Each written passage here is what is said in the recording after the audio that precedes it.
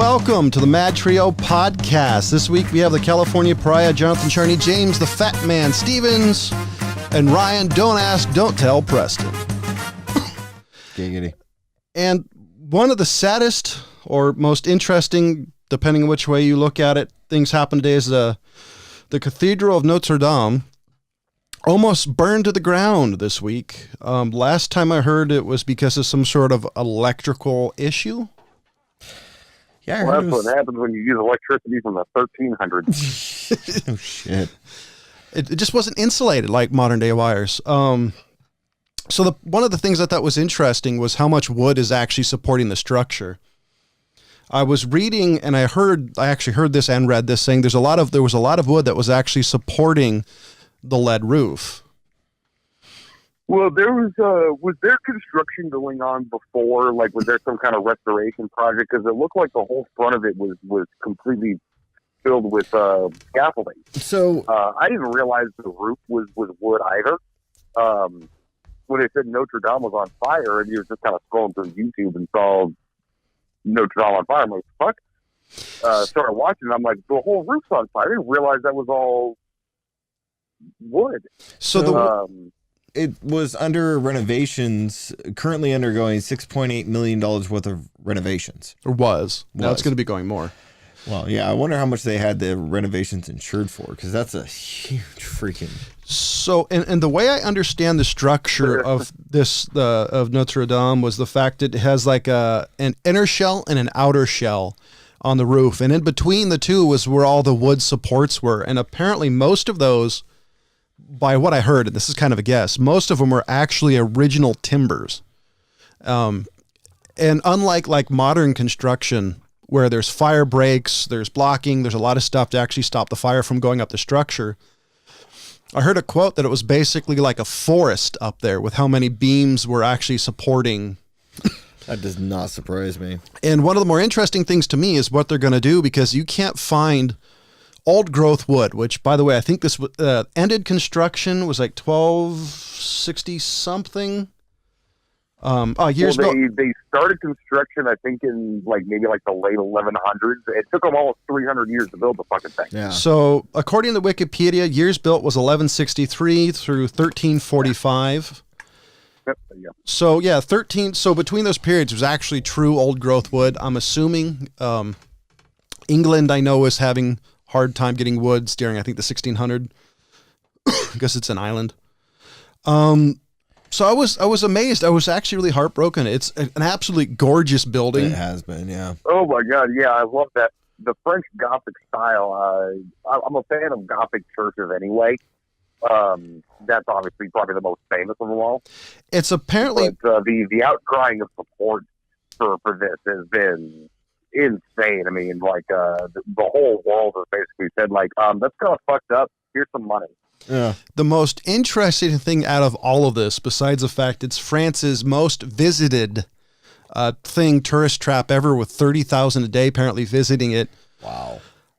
So according to the news reports I recently heard, guess what video games might be able to help this be rebuilt? Assassin's Creed. Bing, bing, bing, bing, bing. That shocked me, which it shouldn't be because it's in Assassin's Creed, but I thought that was really cool. I am kind of curious what they're going to do for some of the supports on the roof. My honest guess is they're going to be using engineered wood products, EWP being actually stronger, plus the fact you can't find timber. I don't see them using structural steel. I could be wrong, but I don't think they would use steel. I think they would try to restore it as much as possible. Well, one of the benefits of steel is the fact it requires a high melting temperature. The one negative side about it is the fact that how much it actually weighs. So if they actually did do it, they'd have to figure out how to actually transfer the load down to the bearing walls. That's why I think they'd end up doing engineered wood, which is multitude stronger than any solid wood you'll actually find. Yeah. But I was kind of heartbroken because I think, if I remember correctly, I've been there, and it's just gorgeous. There's that, God, what do you call it? It's that really fancy stained glass window. You can see it from the front. Oh, yeah. The rose window in the front. Yeah. Yeah. I don't, yeah. Yeah, iconic. Yeah. That's gorgeous. Yeah, Yeah. My coworker was. I was telling him like, dude, Notre Dame's on fire right now. He's like, so. I'm like, what? I'm like, how do you not understand like how fucked up that is? Well, He's like, it's a building.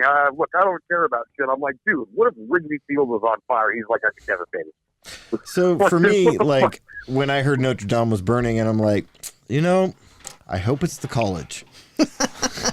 That's literally the first thought through my head. Is the Notre Dame actually had to tweet like, hey, by the way, it's not us. Damn. So while undergoing renovations and restoration, the roof of Notre Dame caught fire on the evening of 15th of April 2018, burning for around 15 hours. The cathedral sustained serious damage, including destruction of the timber spire over the crossing, and most of the lead-covered wooden roof and the stone vaulted ceiling. Some of this, I don't think is ever going to be able to replace. Like, if you take a look at all the detail, I'm showing James. Yeah. I mean, the only good thing about them deciding to basically fix it all is they do have a shit ton of pictures of all the architecture and art that they have that they can work with. The thing is that, no matter how they do it, they're never going to get the age on it properly. Well, they're never going to get the... Yeah, well, luckily, most of it is stonework. Yeah. That it's obviously really hard to burn. You know what I mean? Yeah, it can still crack. You can definitely weaken concrete, by fire and whatnot. So hopefully a lot of that amazing, like masonry work. I mean, all the little carvings on the arches and my only question of that, and I'm going to call it filigree because I don't actually know the term for it, but all that, like the filigree, the little work, intricate detail. The question is, if any portion of it was damaged, are there people around today that have the ability to actually recreate it? I'm sure there is to some degree. Yeah, absolutely. I guarantee it. Because the master stone masons.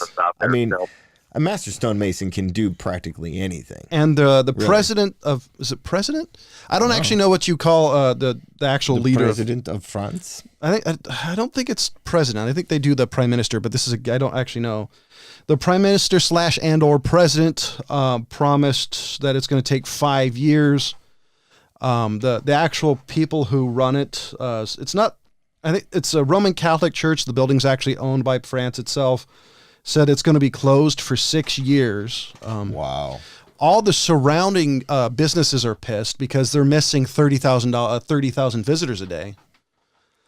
Well, people will still go visit it even though it's under construction. It's not the first time some shit's gone down. I don't even think it's the first fire that's happened there. But they've done a few restoration projects over the years, to kind of bring it back to life. So. I'm trying to read Wikipedia real quick. Still go. I mean, if anything, there's a lot of people going right now just to see how bad the damage was. That's true, and I still think once they actually find if the building's actually structurally sound, which I think is the number one thing, and I think that's going to take a while. I mean, once they find it structurally sound, I think they're going to be able to do some sort of visitors, even if it's just have people go in, like, say, the first little area, so you can go in and see it. I think they're going to be able to do something. On the other hand, they'll definitely figure it out. Do they? It'll take a while, but it'll still stand. Is there? I didn't check, but is there even an estimated cost that this is going to take? Because it's got to be. I mean, $500 million probably. Yeah, that's what I'm thinking. I think they got $1 billion in donations. Oh shit! I think they did get some completely ridiculous amount of money. I mean, almost overnight. Like I said, everybody was like, "Hey, France, that kind of sucks." Yeah, here's $500 million. Yeah, I mean, I swear there was like some billionaire that donated like $300 million. Oh, shit. Now I don't know how serious he was. But now, I want to know. I mean, the building has to be insured for a ridiculous amount, and even the crew that was doing the renovations that possibly caused the fire, they have to ensure their work and the fact that this could have happened. So there's a high insurance cost that, this company, whoever was working on it, is bankrupt. I guarantee it. I heard on the radio. Dude, can you imagine how bad you fucking feel if you just happen to? So I I'm heard surprised they haven't lynched these guys. I heard on the radio. Yeah. I heard on the radio the other day they're actually called like the cathedral restorers. Like that's actually what they did apparently for a business. So I doubt they're going to survive. Anymore. So the eventual reconstruction of the Notre Dame is now a foregone conclusion. Within hours of the fire, destroyed much of the cathedral on Monday night. Donors pledged more than $1 billion to restore the Parisian icon to its former glory. Now, a couple of questions. And maybe this is because the fact I'm a jaded American. Here's my question. How much of that money is actually going to go to the cathedral and how much is going to go to pay the vig? I think they should pay me. So what do you think? I mean, do you think it's actually... this is a nice building. It'd be a shame if something happened to it. Exactly.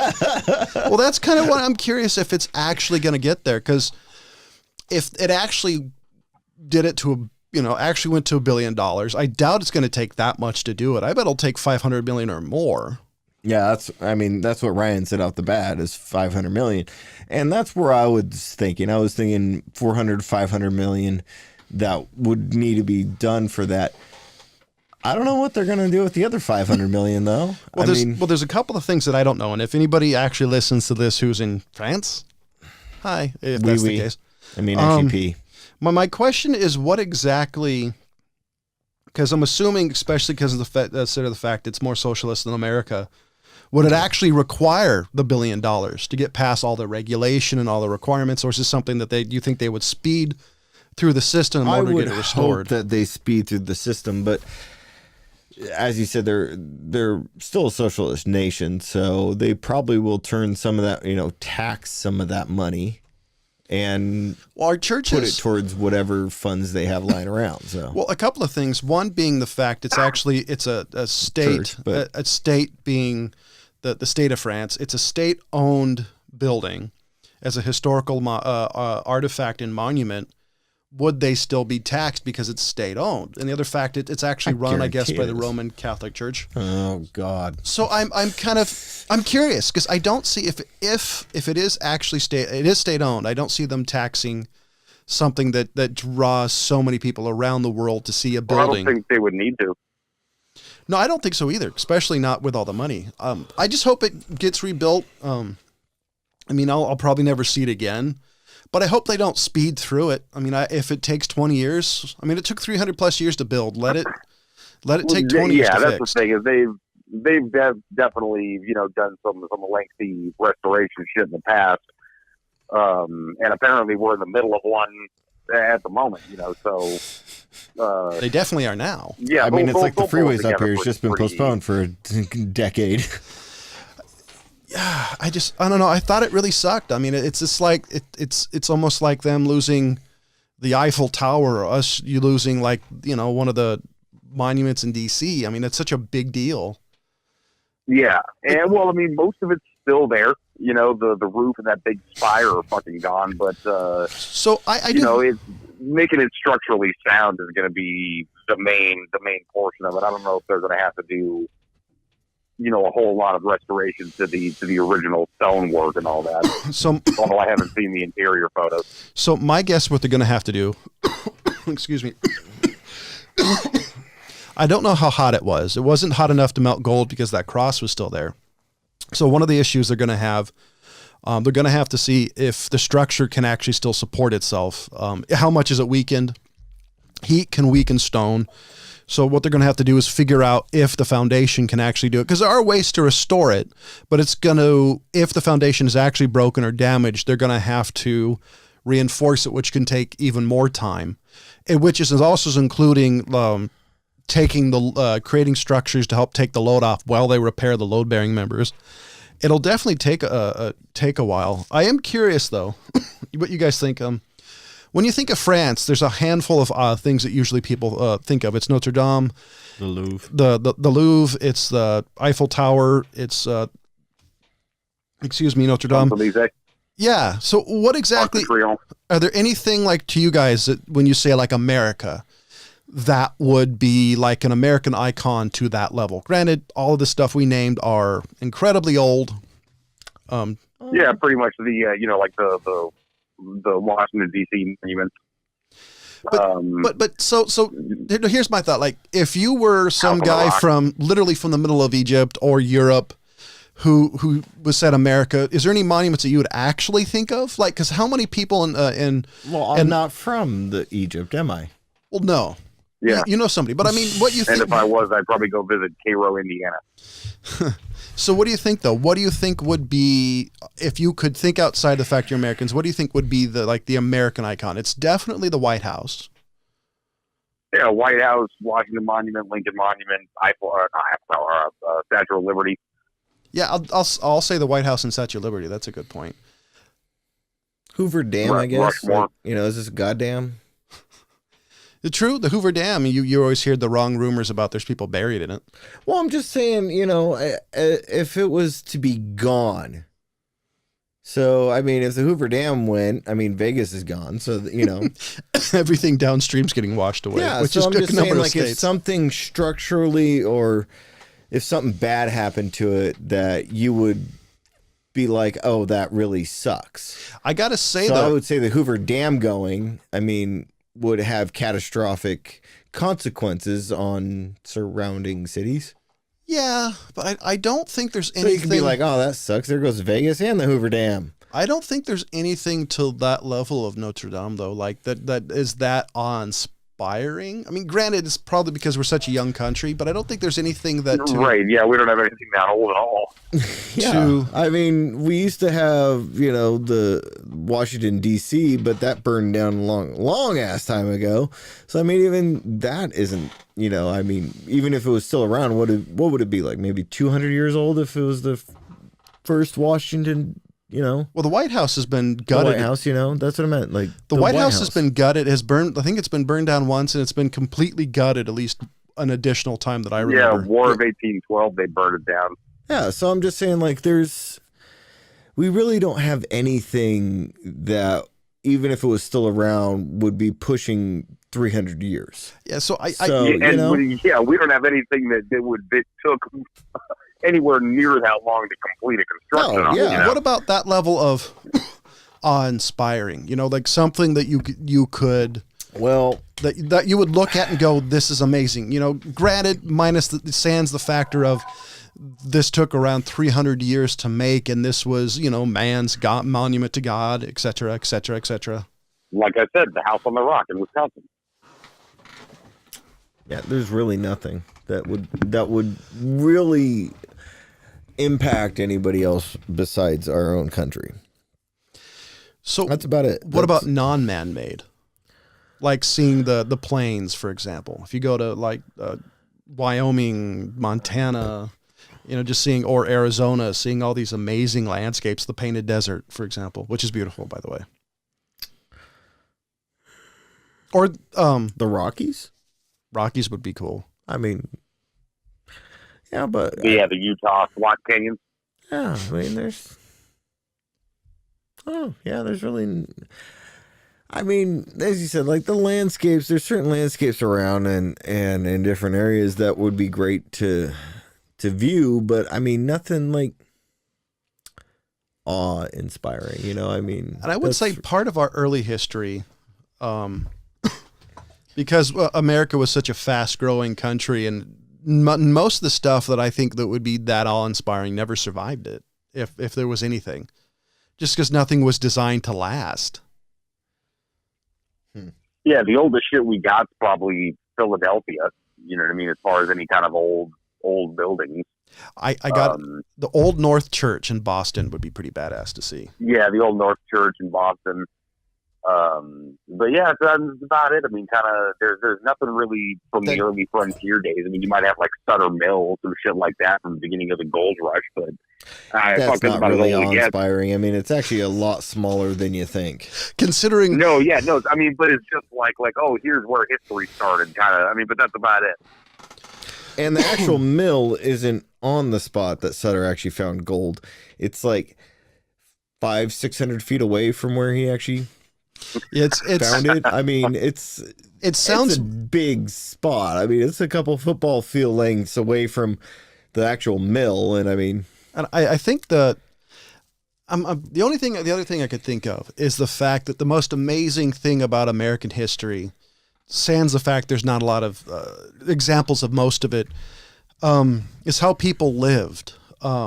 It basically, the way it says, if you take a look at the East Coast, that was really civilized in comparison to the Wild West, which was an incredibly dirty, very hard living existence. Hey, speaking of very dirty, hard living existence, you hear they're making a Deadwood movie?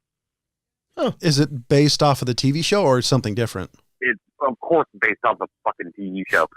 They're actually doing it in lieu of the fifth or sixth season, whatever it would have been. But I mean, no, it was in the I'm fourth going to season. miss Powers Booth in that show.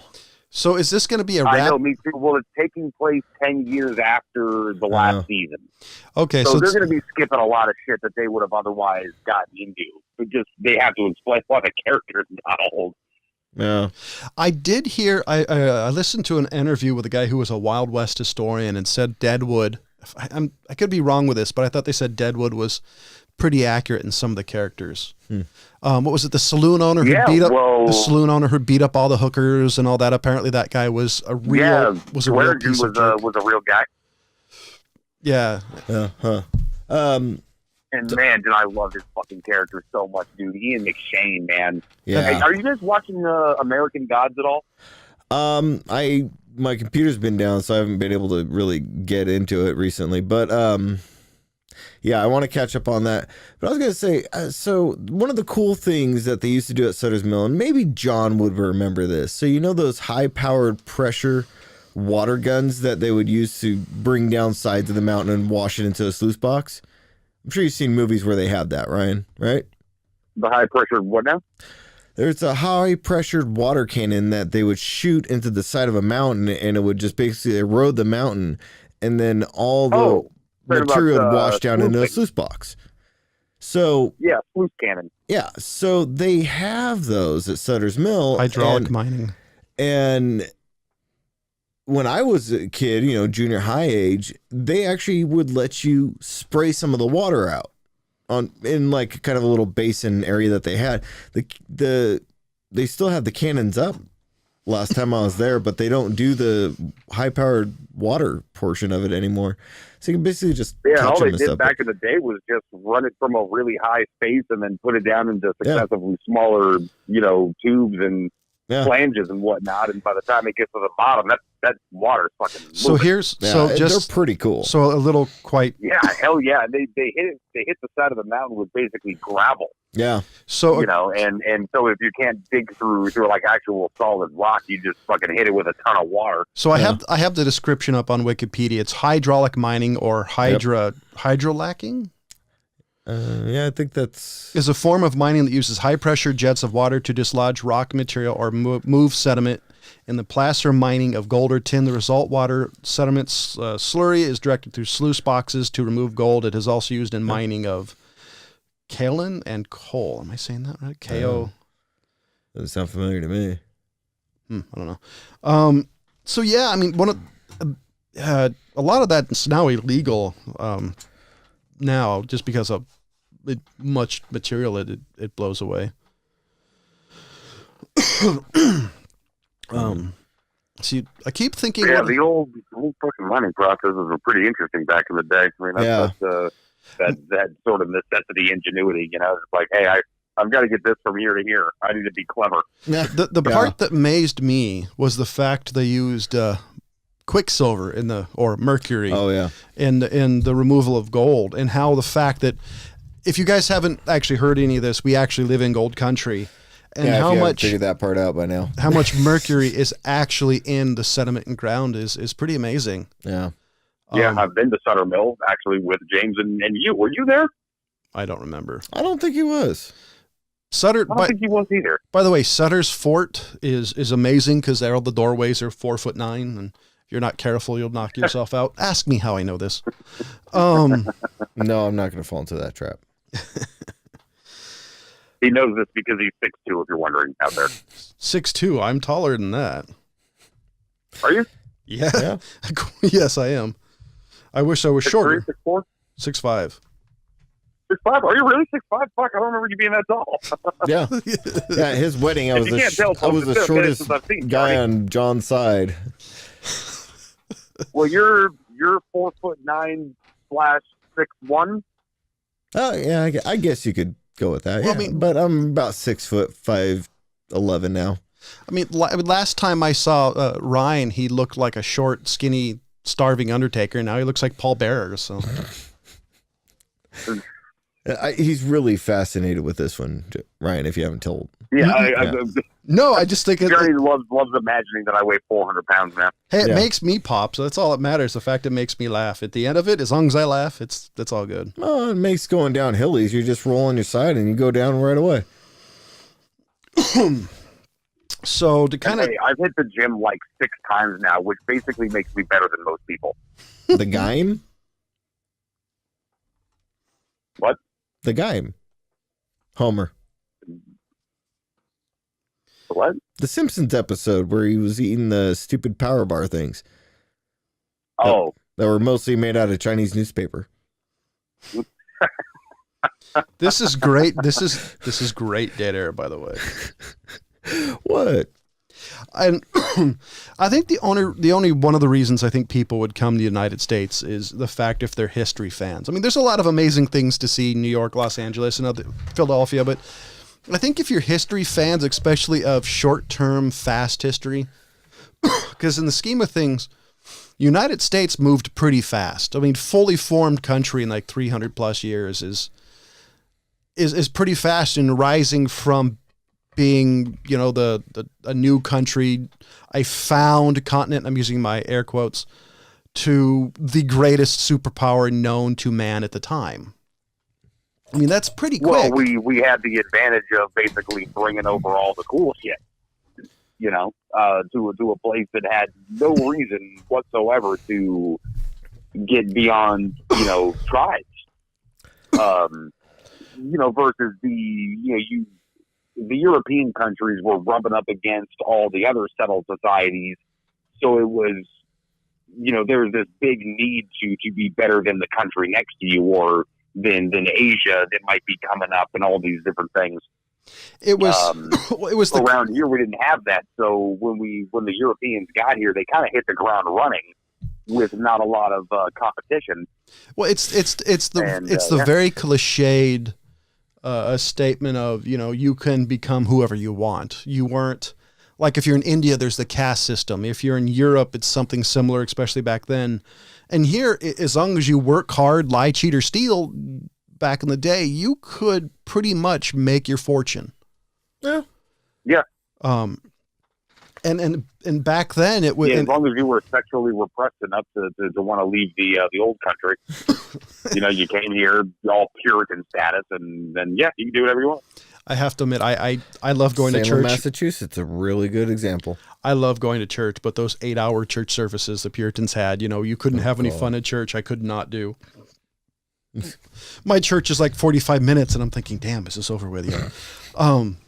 Which is funny because my church service as a kid were like 3.5 hours, and I was thinking, it's like, oh, this is fine. Thanks, YouTube. But some of my favorite segments of history, though, I love World War II history, but the Wild West history is also fascinating to me. Because the frontier history / getting into like the Wild West shit. But I mean, just the old frontier days, the 1400s, 1500s.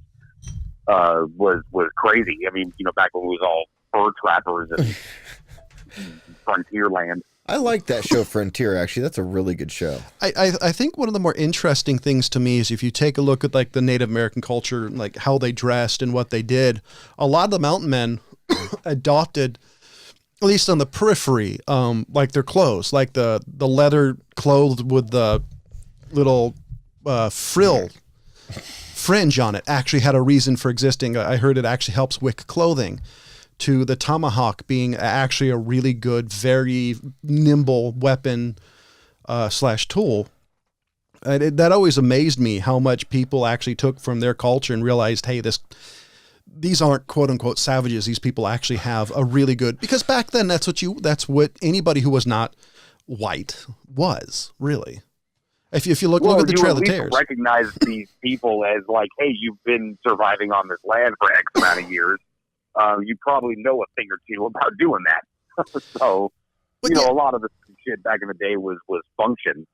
And what moved the fur trapping was basically like European fashion. We had to have somebody to sell the shit to. Exactly. And then you go to like the Wild West when you have people like Wild Bill Hickok, John Wesley Harding, who John Wesley Harding apparently was so fast. There's a thing, a quote I remember. It was the sheriff of this town and John Wesley Harding were going against somebody. Somebody drew. Something happened, and the sheriff made a comment, by the time I reached for my gun, John Wesley Harding's was already out and cocked. That's how fast he really was. All I remember about Harding was so mean, he once shot a man for snoring.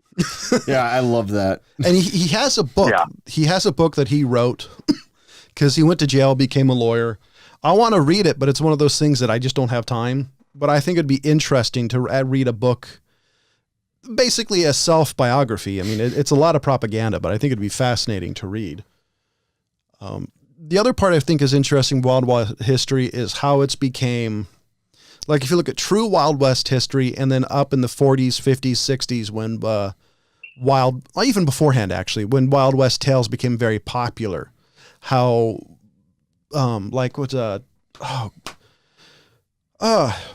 Hickok, there was a movie and it had Doc Holliday was in it. I forgot the guy's name for some. Yes, who's in that? Who's it? The Wild Earp, for example. Russell. So Wild Earp was Wyatt Earp apparently. Not Wild, Wyatt. I said Wyatt. You're just not paying attention. Wyatt Earp was apparently a real asshole in real life. He was. I've heard that. I heard he actually became a U.S. Marshal, chased down everybody involved in the shooting who was still alive, and shot him. I mean, basically, he was a piece of shit. And it wasn't up until, I think Hugh O'Brien was actually in the Wyatt Earp TV show where they started kind of changing him into a hero figure. Like Doc Holliday, and if you ever think the Hugh O'Brien Wyatt Earp TV show was an old guy. I think in real life he didn't even make it to 30. No, he didn't. Yeah, no, he was pretty fucking young when he got tuberculosis. Yeah. Or the consumption, if you want to be old. So I love Wild West history. I think it's very fascinating because people, and in a lot of ways, it was true freedom. Of course, this true freedom also came with an incredible cost. You lived hard, died young.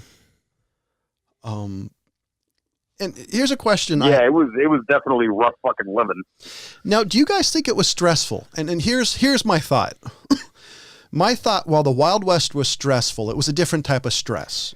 It was live or die, which in theory, in my opinion, if that's how you live, you get used to that. Versus now, we don't have that struggle. So everything in modern day is a stressor. Going to the grocery store, stressor. Filling up with gas, stressor. This is a stressor. That is stressor. Versus people are very adaptable. So back in the day, it just is what it is. And yeah, I mean, I think that ultra idea of freedom was way more prevalent. I think the stress was in line with that kind of living, so it just kind of is what it is. But, people were happy or sad just like they are today. Well, I think they breathed a little freer, with the homesteading and all that stuff, in the real early days before it became really cutthroat. It was just like, hey, I'm a man with my family or what have you, and I can go out and just claim this land and work the land and do you think, literally make everything yourself. Do you think people were hardier back then? Sure. Just because, to a certain degree. Your obviously life expectancy was, early 40s probably. And what But that was just because dysentery's a son of a bitch. and when I say hardier, I'm really talking about compared to the Western world. Just because the Western world specifically has become so soft, you don't like even the poorest person in the United States is richer than any of the poorest people in history. Just level of stuff and income and food and health. We're at the richest point in human history, period. Yeah, it's not exactly the classic unwashed fucking masses. No. Well, have you gone into a Walmart lately? Well, yeah, I mean, but like you were saying, I mean, it's the those people in Walmart are one, not the poorest among us. Oh yeah. But two, still have two TVs and that kind of shit. It's because it's on layaway. So like that was iPhone, rims on their car. So a friend of mine got really pissed off at me because I said I personally think today's life is more stressful than modern day, because I also think it's the mindset we have too. Well, it's the awareness. You know what I mean? Like everyone wants everybody to have awareness of whatever tragedy they feel is the worst. We need to raise awareness for whatnot and for whatnot, but we're not really designed to be aware of 7 billion people. We're designed to function in a group of about 150. I gotta say though, if you watch the news at all and pay attention to it, I don't know how you don't put a gun barrel in your mouth, because I pay attention to local stuff and I try to tune everything out because I got enough stuff in my life that stresses me out. You disassociate. That becomes the problem. Is you can't feel the heartstrings tug for every part of human society, or lack thereof. I mean, so you have to disassociate. You have to think that, like, okay, well, this doesn't affect me. This has no bearing on my life in general. And that's why stories are always so important. It takes away the numbers. 10,000 people died here, 20,000 died here. You can name somebody, and fiction or not, it would endear you to a life struggle. But it almost needs to be fiction, because if you start thinking about, again, the 7 billion people and all the tragedy and whatnot, you'd be devastated all day long. You wouldn't get out of bed, and you'd eat a bullet. And it's, and I also said the other thing about the news is it's very U.S. centric. And I know that sounds weird, but you always hear like lately in the United States is all about Trump, all about this, all about that. You never hear the fact the United States still has troops all over the world, or the fact there's a massive outbreak of Ebola in Africa. And so, I don't know. Yeah, you have to think of those as just I think you're right. Problems like oh, there's a problem over there, and oh, isn't that sad? But you're not really thinking about it because you're not bawling your eyes out. Isn't that sad? I think actually what Ryan said was right. It was disassociating yourself from the reality of that. People. Yeah, no, I think that's perfectly fine. It's like the fact that I've known plenty of people who have had friends die, and I'm like, oh, I'm sorry to hear that, and they're bawling. But I talk to the person maybe once or twice, but I think you have to, because if you don't disassociate things from modern life, I think you're going to cry. On the other hand, if you look at the way life used to be in the Wild West, death wasn't something that was theoretical. It was something that was a daily occurrence. I don't think it was. We've really insulated ourselves from death in this country. A lot of other countries do it too, but we do it. This sort of willful ignorance of, I'm not going to think about that. Which is an amazing luxury if you think about it. And most people throughout history have not had the luxury to just say, I'm just not going to think about it. And I wouldn't even say death on a human level, which totally we have. But I would say even like our food supply, when you can go to your local supermarket or Quick Stop and pick up ground beef, steak, whatever. I've read and I've actually heard people say, well, why do you need to kill cows? You can just get meat from the supermarket. I mean, just such weird disassociation that I think if you actually stop and think about death happens, I do think it'll help you process things better. Yeah, I mean, well, to a certain extent. I mean, I'm a mortician for a living, and there's a real real healthy level of disassociation that I have to do day to day. You know, I can be empathetic. I can sit across from somebody and say, you know, fuck man, that's terrible what you're going through. But if I think about it, like oh, this person lost the person that raised them, or all these things, or really allowed myself to feel it, you know, I wouldn't be able to really get through my day. Well, so I have to intellectualize it and say like, oh, this is terrible what you're going through. Hopefully, there's something I can do to help out, or at least make this part easier. I can't think about their loss like that. I would say you're part of the filthy few, being the fact that you're able to. I think it's something you're able to intellectualize the fact that this is reality, because it is such a part of your life. And I think it's hard for me to really kind of say what I'm thinking on this, because I'm kind of thinking and talking on the fly. But I think the way you handle it, I think is the best way to do it. Even if it was, it definitely is. And people ask me all the time, like, "Oh, I don't know how you can do this." Like, dude, you don't really think about it like that. You know, when I'm moving somebody around, I'm usually making jokes or shit like that, which most people would find incredibly waving at the family with their hand and taking off. Yeah, no, I've only ever heard of those people. I think I'd beat the shit out of the guy that did that next to me. But you're the one that gives them the bird from their friend. But I think the difference, right. I think the difference between you, because I do know you, versus other people, is the fact you may crack a joke, because cracking dark jokes is a way for you to be able to handle what you're doing. Cops do the same thing. EMTs. It's a coping mechanism. But I think the fact that it really is. You're respectful of it. I mean, because I've heard of people who work I've heard stories from people I've met over the years who worked in hospitals, and they were just doing, they were playing around with the dead bodies. They'd grab both hand and the feet and just throw them, like totally disrespectful, not honoring the fact that this was a human being. And, I think you have to do that. But I also think you have to realize on your end is the fact that you can't think of this as a former person, because I couldn't do your job. I'm too empathetical and I'm too emotional. I literally think I would have a hard time with that. You would be crying the whole time. I probably would be, honestly. I'd be like, hold on, I need a drink. Well, I was doing this for a long time before my second grandfather died, and I actually went and picked him up from the house that he died in and took him to the mortuary.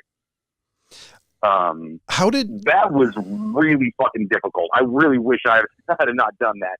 That was the day I realized, like, oh fuck, you need people who don't know this person, who can say like, oh hey, you know what, I'm sorry for your loss, we'll take it from here. Yeah. So did that help you process his death at all? Like one last chance to say goodbye, or did that actually make it worse for you? The fact that it would have been fine had I not done it.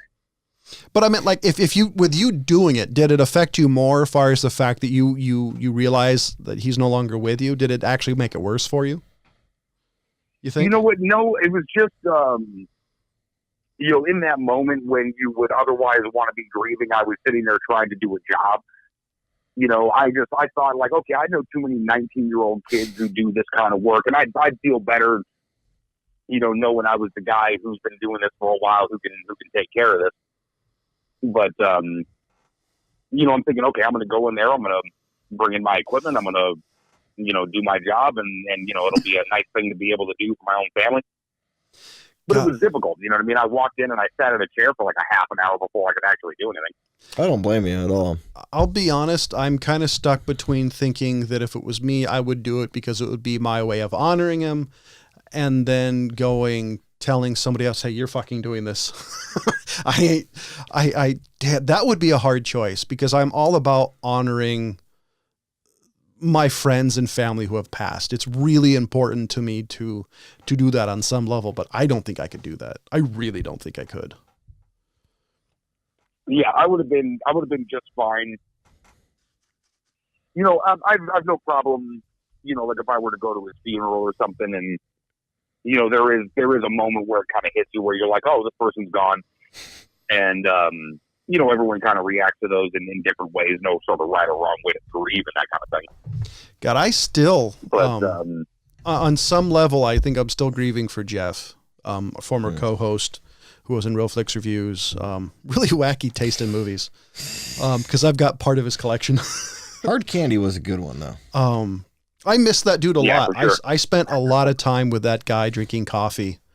Yeah, Jeff was great, man. One of the benefits of me being unemployed for so long is I get to spend some quality time with people.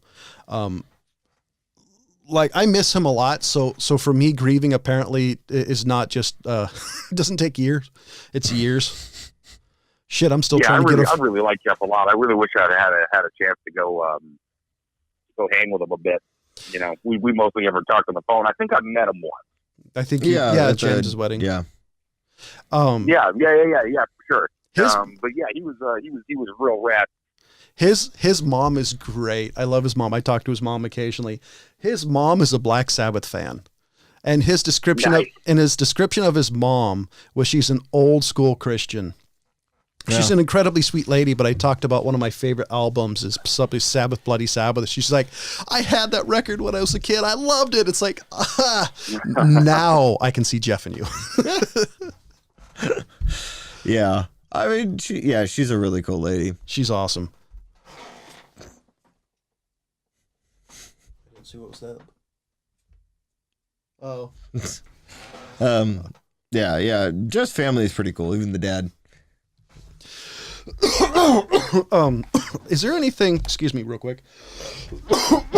My gimmick apparently is sounding like I'm dying.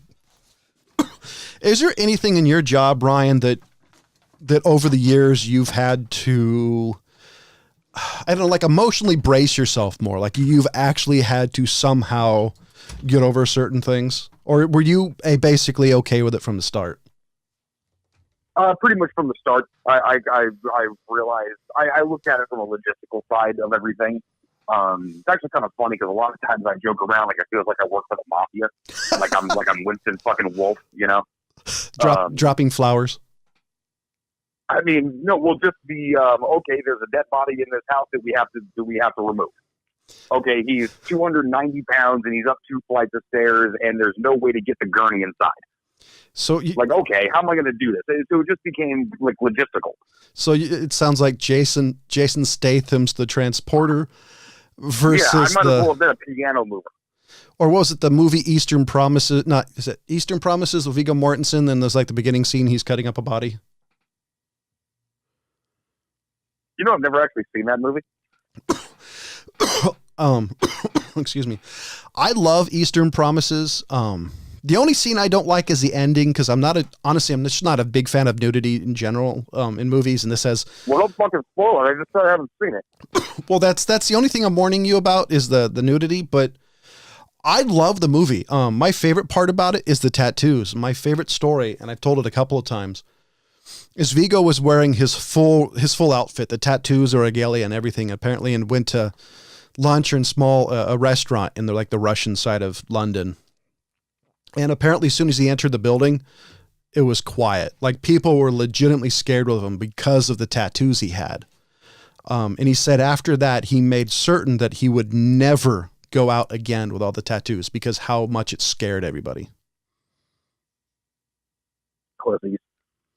You got to see it, dude. I'd say that's one of my top 20 movies. Yeah, I've seen it up there for a long time. It's just one of those that just happened to slip through the cracks. And I think we did it for Hey, real. let me ask you guys something. What do you think about basically your childhood being sold back to you, 20 years after it happened? Like the big nostalgia craze for your up with. No, I can't speak for James. It doesn't really bother me all that much, with some caveats. I'd love to buy most of the cartoons that I grew up on. And that being said, I grew up in a giant swath of cartoons, anywhere between probably the early 50s, 40s to, 80s and 90s. As long as it wasn't edited. For example, Johnny Quest. There's there's an episode where he calls people savages, and like the newer releases, I think they're edited out. As long as they treat it with respect and don't view it from like modern sensibilities, then I'm totally for it. However, if it's edited and bastardized, I don't like that. I have issues with it. Yeah, I don't like revisionist history. in that regard. I don't like but it. the reason I ask is I bought a fucking N64 the other day. Oh, that's awesome. Did it come with the expansion cartridge? No, I've got to get the expansion pack. See, that's the thing is when I started doing this, I was just on Amazon, just going fucking crazy. And I realized how many accessories there were to that shit. The expansion packs, the rumble packs, the memory packs. Yeah, I've got to get all that shit. First couple of games I bought was Mario 64. That was actually the impetus because I never actually finished that game and it always bugged me. You got to get GoldenEye. Did you get GoldenEye? Oh, of course I'm going to get GoldenEye, but I'm also getting like Wave Race, Excite Bike, Donkey Kong Country, Diddy Kong Racing, all that shit, Mario Party. I remembered all these games because I was sitting there trying to think of a bunch of shit that me and my girlfriend can play together. Because nowadays there's no such thing as a couch co-op anymore. You know what I mean? Nothing I can sit next to my buddy and play a split screen thing with. That was the one thing that really pissed me off about all the latest versions of Halo. Is James and I, no matter how old we are, whenever a new Halo game came out, we always set a couple of days aside so we could play co-op together. Because James and I together are incredibly vicious. Because we've been playing so long together. And the latest Halo, you had to have, there was no split screen. And that, to me, that legitimately broke my heart, is because it's part of my favorite thing to do in life is the communal experience of things, whether it's I'm watching movies with my family, whether I'm playing video games. Matter of fact, total sidebar, but one of the things I really miss growing up is on Sundays, they had the Wonderful World of Disney. I loved that. I loved that so much. There's a guy, and I'm really sorry, I wish I knew who it was, but he made this amazing Wonderful World of Disney intro, and he uses Walt Disney's voice and it modernized it. And I have that on a playlist on my Plex server. So on Sunday nights, I'm going to play it no matter what I'm watching. And since Disney owns pretty much all of my favorite movies at this point, it still fits. Star Wars, Aliens. By the way, I just thought about it. Guess who could be a princess now? The Alien Queen. Am I wrong? No. Yeah, she totally should be. Wouldn't it would have to be like the young female Xenomorph?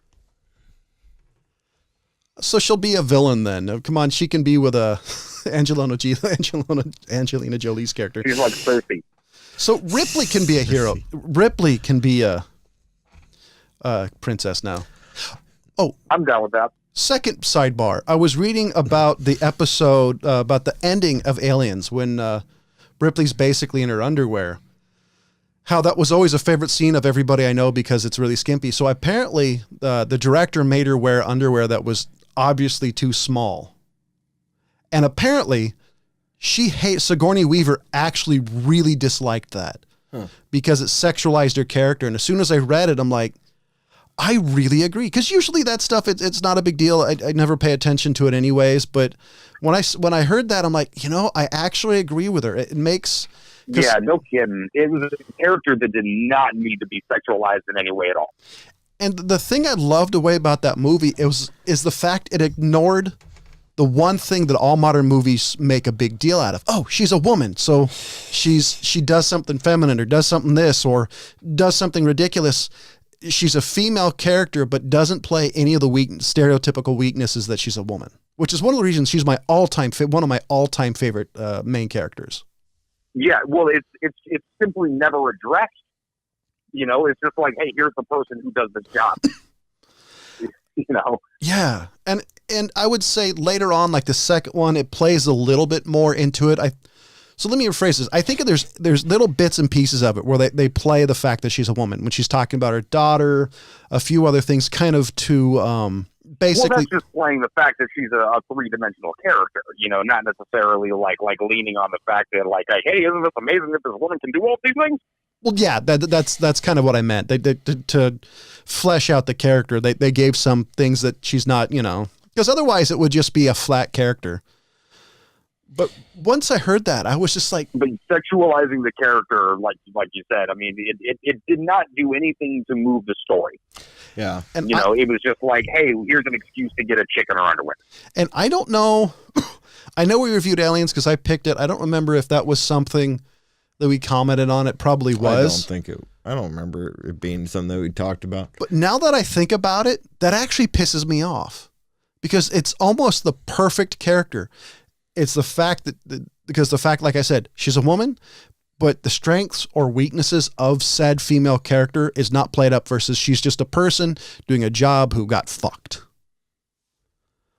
That's why she's my favorite character. I gotcha. You know, I like the fact that she was also in Cabin in the Woods as like kind of a cameo type thing. And she was even classy in that one. So it's like, now that I really think about it, she's not one of those female actresses that I've ever thought needed to be sexualized or had that Galaxy Quest, they did it, but they made incentive. fun of it. You know, yeah, that's what I'm saying. Galaxy Quest made fun of it. That was fucking hilarious. Yeah, that is pretty. And I totally agree. And so y'all out there may think this is weird that the fact a bunch of guys appreciate the fact that they're not flashing some woman's body. Yeah. I care. Well, look, I don't need it gratuitous. I'm fine if it moves the story along. Well, that's actually what I was going to say. You know, like, if it has nothing to do with the character, you know, I mean, some characters are very sexual characters, you know, and so hey, fine. You know, I would almost expect there to be some gratuitousness going on, but for something like Ripley, you know, just the last thing that I'm thinking about is like, oh, I wonder what she looks like in her underwear.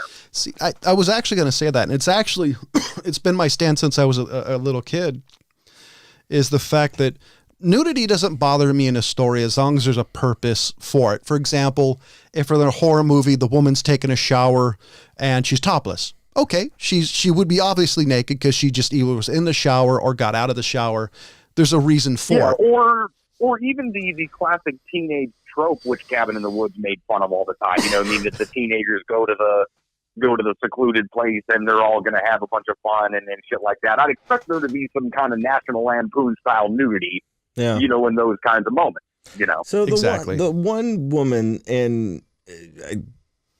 that a lot of guys really enjoyed the fact that she was really skimpy. I don't think there was ever really nudity. Is Jamie Lee Curtis in Halloween. Like, I never found her attractive or her character attractive, but there was a lot of guys that were really excited about the fact that she was in her underwear in one of the scenes. And I'm like, you know, that I didn't even remember that part. So it's not even memorable to me. And then, so the only one that I could think of where I was kind of like, she's not too bad is True Lies. That's it. That's the only movie where I've ever been like, all right, she ain't bad. And one of the reasons I actually liked that scene, because it made sense within the movie. Yeah. Within that universe, as wacky as it was. That was a great striptease, too, man. Fucking John Hyatt on the score. What was that? Alone in the Dark? Yeah, that was a great tune for that.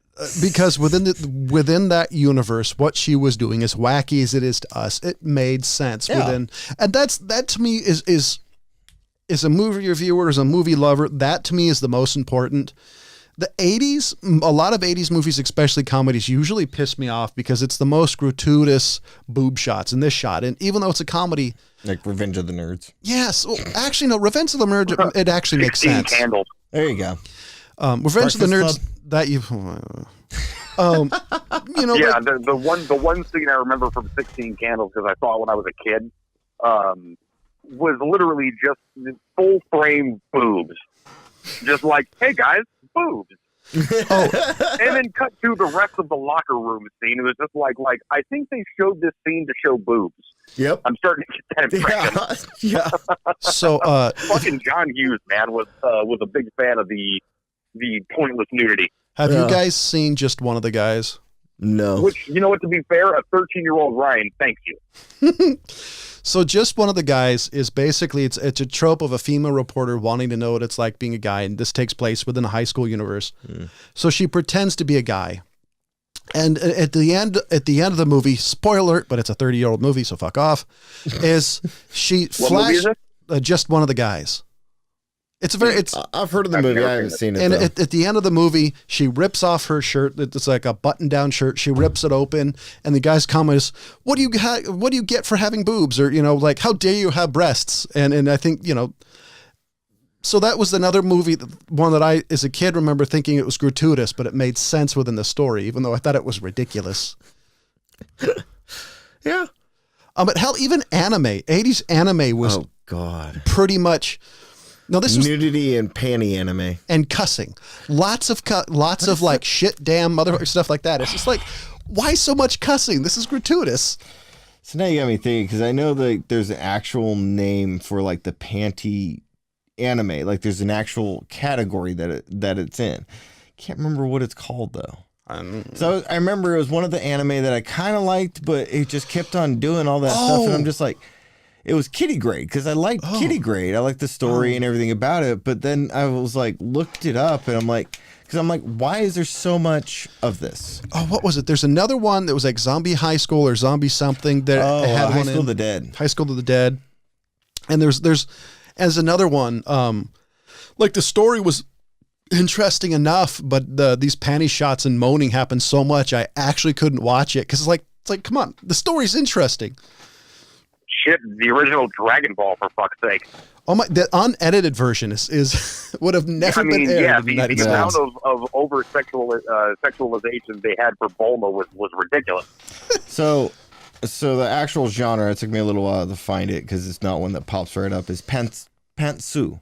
Pantsu anime is a panty, garter belt, and something else style anime where it shows a lot of those things, and I'm like, So it's like hentai in that way. Yeah. So it's softcore it's like versus Yuri. Yuri is the guy harem type anime where it's all the gay guys and stuff like that. And then there's like different categories. I didn't even know that stuff existed until I went and was like, why is there so much of this going on? I ran into like the male harem anime. There was like, at one point in time, there was a description of something that sounded fun, and I watched it. It's like, the story's not even interesting enough for me to watch. It was actually nothing. The fact it was a bunch of gay guys, the story just turned me off. But I've run into some stuff that made me kind of go, I didn't know this was a category.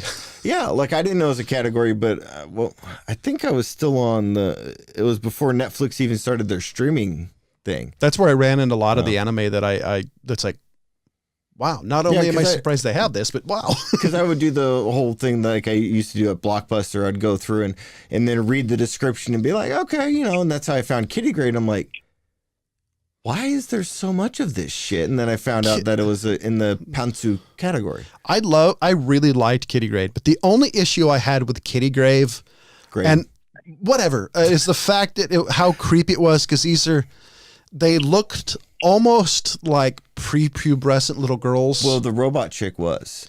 She was like supposed to be like designed after like I think it was like an 8 or 11-year-old, somewhere around that age group. That was the issue I really had with it. Like I was fast forwarding through most of certain scenes, because like I love the story. Just too much of that. Yeah, the story was great. The battle scenes were really fun. Actually, it was any of the scenes like you could tell it was coming up. So it was like fast forward. Yeah. Because honestly, nudity's never been my particular thing that I got hung up on. And it really is, to me, like I've said a dozen times in this episode, there has to be a logical reason for it. Yeah. Which is one of the reasons. Not me. I'd rather see everybody in the world naked. Boobs. Really? You want to see James nude? Everybody. Wow. Well, alrighty then. That just added something interesting to your friendship. Apparently. I mean, I think he's soliciting pictures now. Well, the best thing about the internet is you never know what he's going to get. Jeez, it's true. Yeah. Because he hasn't seen you in quite a while. Talk about Paul Bear. So you guys we have roughly done an hour. Do you guys have anything else to talk before we round this episode out? No, top of my head. So for the California Pariah, for the Fat Man and Ryan, Don't Ask, Don't Tell, Preston, as always, thank you for listening. Goodbye.